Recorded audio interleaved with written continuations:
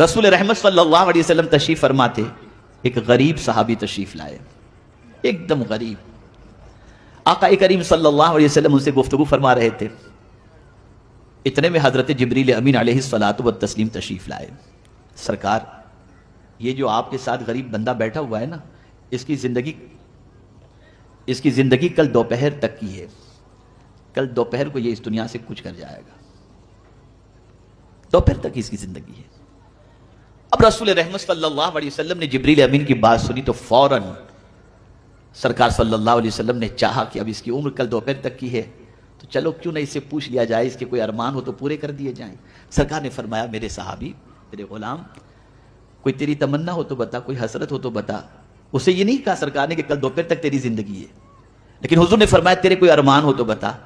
عرض کرتا ہے، حضور دو ارمان ہیں، زندگی میں کبھی میٹھا کھایا ہی نہیں تو مجھے میٹھا نصیب ہو جائے، اور لوگوں کو شادی شدہ دیکھتا ہوں تو دل میں ارمان پیدا ہوتے، کاش میری بھی شادی ہو گئی ہوتی، لیکن میں اتنا غریب ہوں، کوئی لڑکی مجھے دے گا نہیں۔ سرکار نے فرمایا فکر نہ کر۔ صحابہ کو بلایا سرکار نے، کسی سے کہا میٹھے کا انتظام کرو۔ ایک صحابی کو بلایا، تیری لڑکی کا رشتہ میں نے ان کے ساتھ کر دیا ہے، تیاری میں لگ جاؤ۔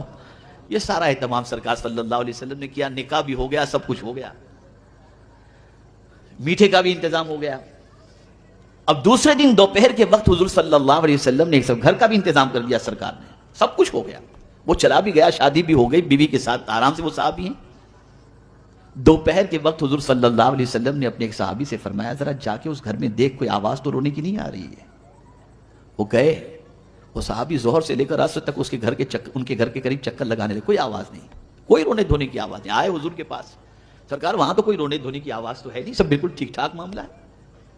تو سرکار نے رب کی بارگاہ میں عرض کیا، میرے مولا، جبریل نے لوح محفوظ پر دیکھ کر کے یہ بات کہی تھی کہ اس کی زندگی کل دوپہر تک کی ہے، لیکن وہ تو ابھی تک جی رہے ہیں، موت ٹلی کیسے؟ موت ٹلی کیسے؟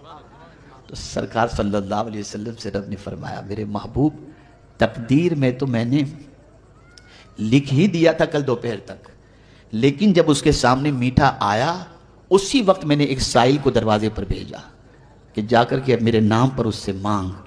جب اس سائل نے اس سے مانگا، اللہ کے نام پہ دے، زندگی پر اس نے میٹھا نہیں کھایا تھا، لیکن میرے نام پر جب میٹھا مانگا گیا، اٹھا کر سارا میٹھا اس غریب کو دے دیا۔ تو غریب نے جاتے ہوئے یہ کہا، اللہ تیری جوڑی سلامت رکھے اور ڈھیر سارے تجھے بچے عطا فرمائے، میں نے اس غریب کی دعا کی وجہ سے اس کی موت کو ٹال دیا۔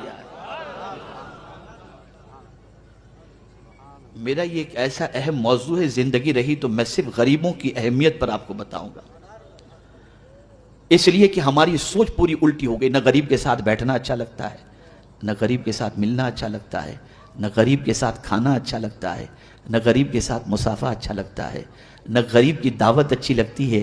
بس یہ ہماری سوچ، اور یہ اتنی بودی سوچ ہے، اتنی بودی سوچ ہے کہ اس بودی سوچ کی بنیاد پر ہم زوال کے شکار ہیں۔